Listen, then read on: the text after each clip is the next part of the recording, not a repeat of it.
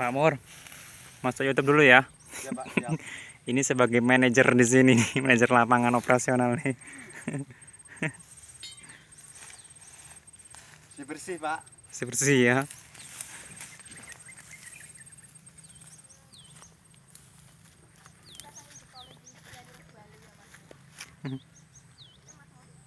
Dolar ini.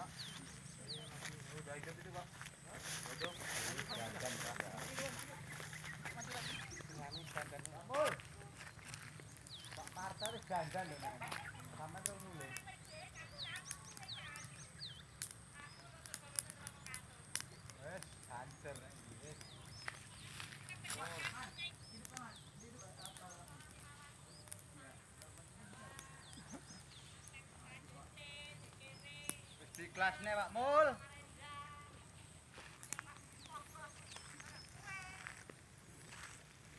Di kelasnya lah. Surga di telapak kaki ibu kok.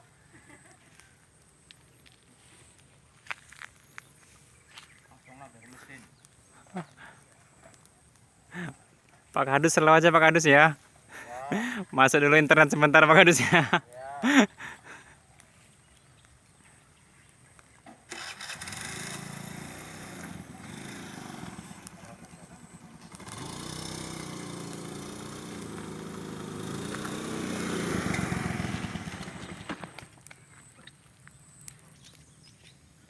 Oke, kita lanjut. Ini sekarang di lahan pembibitan di bawah Paranet, di bawah pengawasan Pak Mur. Ini dia manajer operasional kepercayaan sini ya. Loyalitas tanpa batas nih ya. Mau maghrib pun belum pulang ya sini. Loyalitas tanpa batas kerja di sini. Ini dia. Nggak dihitung kemarin berapa ribu ya yang sini ya? Belum Pak, belum kita hitung Pak ini. Tapi rencananya sih berapa orang juga sih ya? Semua, Orang ini. semua ini. Semua ya. Areal baby lain sana. Rencana ini semua model pembibitan porang sekitar 120.000. 120.000 batang porang targetnya di sini. Sama yang di sebelah sana. Target pemiliknya 750.000 batang yang kita lewati tadi.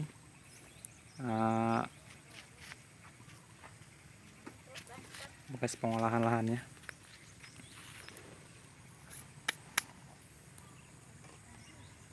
Ini berapa hari pengerjaan Pak Amur?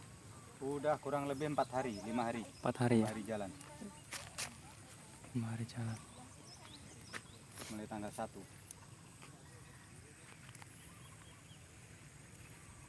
Beliau nih Pak Mur lah yang ngurusin semua yang ada di sini. Pokoknya semua di bawah tangannya beliau. Komandonya. Jadi kalau rekan-rekan ada yang kesulitan cari kerja sama beliau aja lah nih. Bisa Pak. Bisa. Karena emang kami sedang membutuhkan tenaga kerja untuk sementara ini ya. Tenaga kerja aja ya, bayarannya nanti. Urusan belakang tuh. Urusan belakang itu. Ini porang-porangnya soalnya udah tumbuh di Semayan ini. Di kantor langsung. Udah tumbuh di Semayan porang ini. Itu tanaman porang. Tumbuh di Semayan. Ini dia. Sekarang kita bincang-bincang.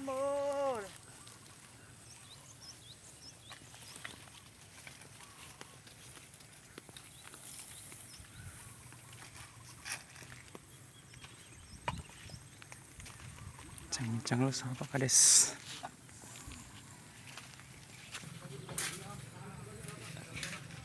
Oke, ini hasil riset umbi porang bongkar.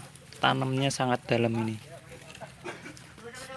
Tanam porang dulu belum punya ilmu. Nanamnya sekitar 2 jengkal dalam tanah. Jadi umbi porangnya lucu menghasilkannya. Ya, bisa Anda jelaskan sendirilah ini seperti apa kira-kira ini ya. Kikuk ini. Semua rata-rata seperti itu umbinya. Bukannya bercanda, ini rata-rata emang seperti itu umbinya. Karena emang nggak ini tunas ujung tunas ini. Memang kedalaman dia. Sekitar 2 jengkal, semua seperti ini. Tapi anehnya tidak mati dia. Unik, umbinya bertingkat-tingkat, 1, 2, 3 tingkatnya. Umbinya sangat unik. Pak Kades, mau ngeriset itu penemuan porang tanpa dorman tuh. Mau minta penjelasannya. Kalau ini udah dijelaskan. Porang kikuk-kikuk ini. Bagaimana saya menjelaskan ya? Ayo ke Hanca, ayo. Jelaskan dulu nih, banyak yang request soalnya ini. Apa bisa katanya? Yang di Jawa itu banyak yang request.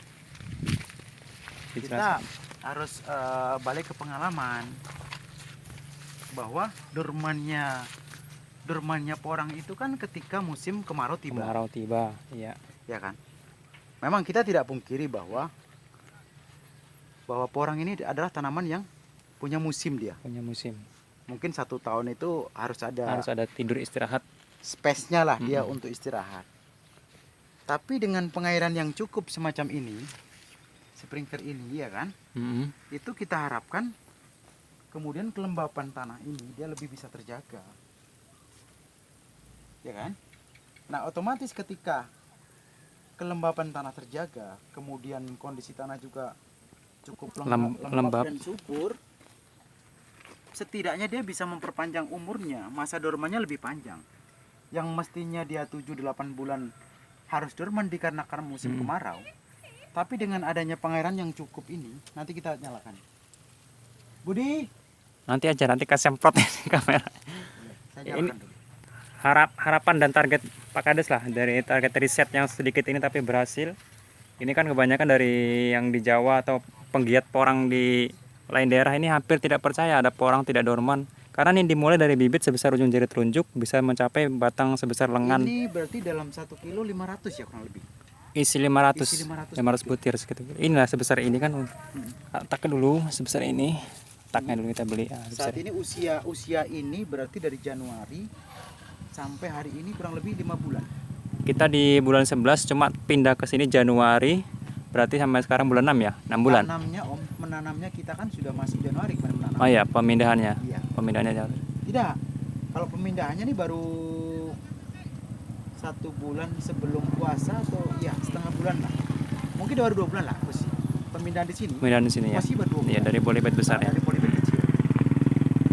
Dan kalau bisa kondisi seperti ini saya yakin dengan katak mini itu 1 musim minimal 2 kilo tembus. Inilah yang jadi riset kami bersama kan. Ini Pak Kades, penjelasan dari porang sebesar ini kan. Yang warna biru ini.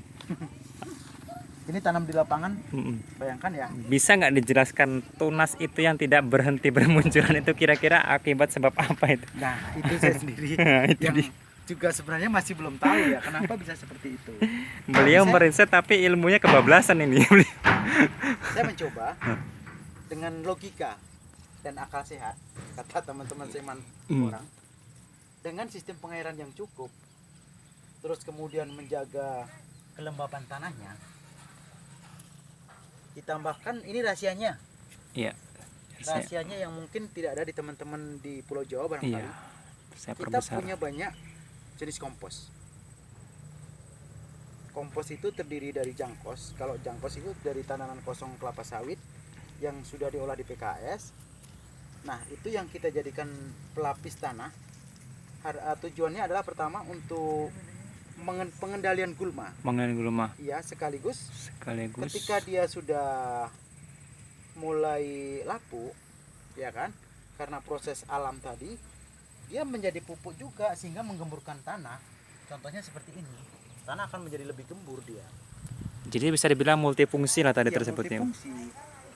Nah, satu lagi yang tidak dimiliki oleh teman-teman yang mungkin Pegiat jauh di porang yang sana, jauh ada di Jawa. terutama, kita memiliki limbah kelapa sawit Iya. yang saat ini Ranto Sakti limbah itu kita fermentasi lagi, kita jadikan pembangkit listrik tenaga biogas. Iya.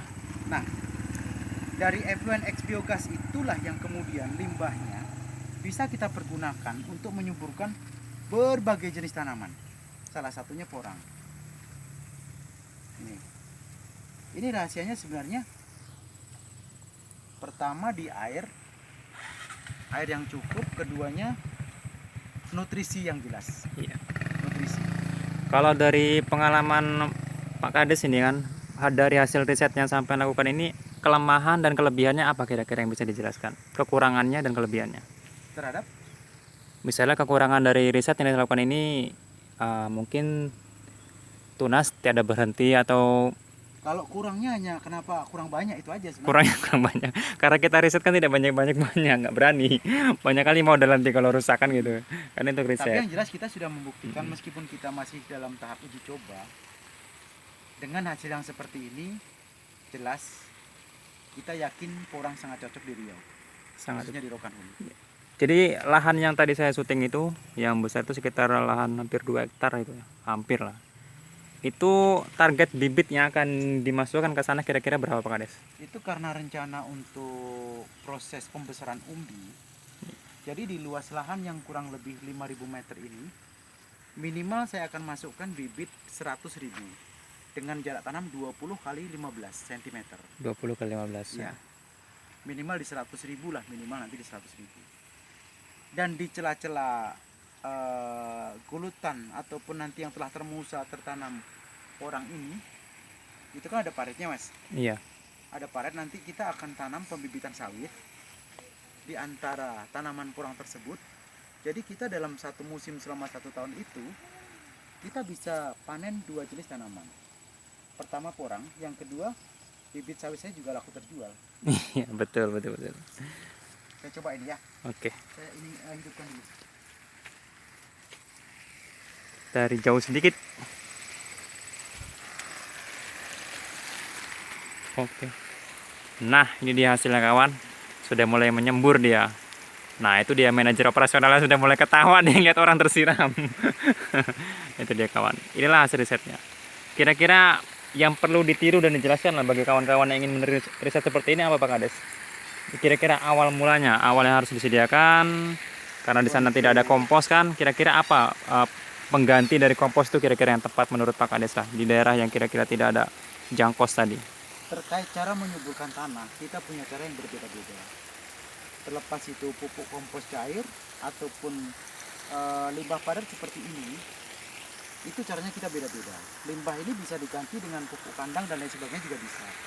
Namun intinya, selain kita menyuburkan tanah, terutama sekali menurut saya adalah mengingat Sumatera pada umumnya terkait iklim panas dan hujan tidak sama dengan di Jawa, saya sarankan untuk tetap memperhatikan siraman. Siraman air berarti ya. Siraman air artinya, karena walau bagaimanapun kita harus yakin bahwa tanaman porang ini merupakan salah satu tanaman dia yang sebenarnya sangat senang sekali dengan air, Iya. meskipun dia tidak mau terendam. Tapi pada dasarnya porang adalah salah satu jenis tanaman yang sangat membutuhkan air, sangat butuh dan sangat senang air. Hanya bedanya dia tidak suka terendam, itu aja. Agak ego juga nih, butuh air tapi tak mau terendam. Terendam dia tidak mau, Tidak mau, kan gitu. Tapi butuh banyak air. Tapi butuh banyak air kan itu. Iya. Padahal kita di MDPL 28 meter dari permukaan laut ya kan. Ketika dia kekurangan air, dia akan menggertak kita dengan seolah-olah dorman. Soal dorman dini. Dorman dini. Bisa dibuktikan. Kalau kita mau membuat dorman dia 3 bulan, di Riau bisa kita lakukan. Dengan tidak kita siram selama mungkin 2 minggu ketika dia tidak dapat hujan, bisa kita lihat hasilnya. Saya yakin orang akan dorman dini. Berarti Atau dengan dorman kata lain kita bisa menspekulasi perkembangan porang di sini ya. Menurut keinginan kita lah ibaratnya kalau di daerah Sesuai Riau. dengan yang kita coba saat ini, kita tidak menanam porang Mengikuti musim. mengikuti musim. Tapi dengan mencoba, yang perlu kita perhatikan adalah kesuburan tanahnya. Berikutnya kita rekayasa dengan menggunakan sprinkler atau penyiraman yang cukup. Saya yakin masih bisa panen porang kita di Riau. Oke, Oke, sip. kurang rohul, bagus, mantap. Iya. Ini dia. Pak Kades ini telah menjawab tantangan dari kawan-kawan pegiat porang di mana katanya MDPL rendah itu tidak mampu atau tidak bisa menanam porang, ternyata malah dari bibit katak sebesar ujung jari telunjuk bisa menghasilkan batang sebesar selengan ini. Nah, ini target umbi di atas 1 kilo. Tapi dengan riset, ini memang khusus untuk riset. Yang lahan pengembangan semalam sudah saya riset semalam sudah saya syuting, namun belum saya upload karena masih semak. Apa yang kita Sangat. buktikan, ini salah satu umbi yang baru 5 hari yang lalu kita tanam. Yuk, Mas. Oke. Ini masih on nih Pak Kades. Ya, iya masih on. sekalian nanti biar kita ini kan untuk rilis ya. Iya. Sekaligus ini biar tahu bulan berapa. Coba saya ambil di sinilah. Ini sudah ada umbi. Coba saya cari. Nggak ketemu umbinya. Saya coba lagi cari di sinilah. Karena dia kecil. Ini riset umbi tanam satu tahun 2 kali hidup, itu rencana kami. Tidak pakai musim, maksudnya setahun 2 kali hidup. Kalau mengikuti musim kan berarti 2 tahun Saya ya. nggak kelihatan ya. Itu umbi, Bang. Bukan? Oh, ini dia. Ini umbi dari hasil katak mini selama 2 bulan di polybag. Dari dalam polybag ini. Yang dia sebenarnya belum dorman, Belum dorman, tapi karena tapi tidak ada saya air. pindahkan tidak ada air sehingga dia dorman muda. Nah, dari polybag pranoseri seumuran kurang lebih 2 bulan seperti ini, saya tidak karantinakan. Saya mencoba, maaf ya. Sistem langsung pindah berarti Pak Kades? Langsung pindah. Nanti hasilnya bagaimana kita belum tahu. Kita Iya. lihat nanti setelah 1 bulan kemudian. Iya, ini riset yang kedua ya. Iya, ini riset yang kedua. Jadi ini umbi dari katak mini 1 kilo kurang lebih 600 biji, 600 butir katak. Yang setelah kita tanam selama 2 bulan di polybag namun tidak tersiram, akhirnya dia dorman dini. Dorman dini di dalam Kemudian polybag. saya pindahkan di sini. Ini sejak kurang lebih 1 minggu yang lalu. Ini dia. Sebagai bahan riset untuk pengembangan Sebesar umbi. telur. Ya. Ya, ini kawan-kawan, kita akan lihat kelanjutannya telur. riset dari umbinya. Nah, sebesar telur dia. Mudah-mudahan akan saya riset terus ini dari Coba nanti kita hasil buktikan. umbi, membuktikan bagaimana umbi ini bisa hidup dalam 1 musim 2 kali ya, maksudnya setahun 2 kali. Saya Dia coba dengan menggunakan sistem sistem perairan pengairan yang cukup ini, menggunakan sprinkler yang tadi. sprinkle ya. Nanti hasilnya seperti apa? Nah, 2 glut ini dengan jenis tanaman yang sama. Ya, riset dari umbi Pak riset. Kades. Dari umbi 2 bulan dia sudah dorman dini, kemudian langsung kita pindahkan tanpa karantina. Tanpa karantina, garis bawah Tanpa ya Pak karantina. Kades. Jadi Tanpa begitu karantina. langsung kita Bongkar buka dari polybag, pindah. Kita masukkan ke keranjang, kemudian kita pindahkan ke sini. Oke. Nah, Jadi kawan-kawan yang penasaran akan mengikuti perkembangan dari riset umbinya ini, pantau terus channel kami Video Porang Riau Rokan Hulu. Dan bagi yang penasaran dengan hasil umbi riset kami yang tanam biji katak dari sebesar ujung jadi telunjuk dengan batang sebesar lengan ini, ikuti terus channel kami Video Porang Riau Rokan Hulu. Untuk saat ini inilah yang akan saya tampilkan di platform media sosial saya, yaitu YouTube Porang Riau Rokan Hulu. Mudah-mudahan ilmu yang saya bagikan ini bermanfaat bagi para penggiat porang. Assalamualaikum warahmatullahi wabarakatuh.